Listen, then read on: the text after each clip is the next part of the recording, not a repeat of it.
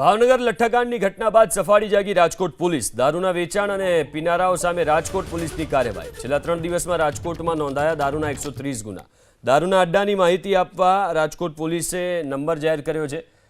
63596 29896 number ઉપર માહિતી આપવા રાજકોટ પોલીસે અપીલ કરી છે। છેલ્લા 3 દિવસમાં વાત કરીએ તો 8 દારૂ પીવાના અને 130 કરતાં વધારે દેશી અને વિદેશી દારૂના કબજાના કેસીસ રાજકોટ શહેરમાં દાખલ થયા છે અને આ જે રેડ અને જે વારંવાર કાર્યવાહી કરવાની પ્રક્રિયા છે એ આવનાર દિવસોમાં પણ ચાલુ રહેવાની છે। અને જે છેલ્લા 2 મહિનામાં કડક પગલાંની વાત કરીએ તો રાજકોટ શહેર પોલીસ દ્વારા 2 મહિનામાં 2 એવી ગેંગ જે રાજકોટ સહિત સૌરાષ્ટ્રના તમામ જિલ્લાઓમાં પ્રોહિબિશનનો ધંધો કરતી હતી અને જે યુવાનો છે એને નશાના રવાડે ચડાવતી હતી એવી ગેંગ્સ ઉપર GCTUC એક્ટ હેઠળ કાર્યવાહી કરવામાં આવેલ છે।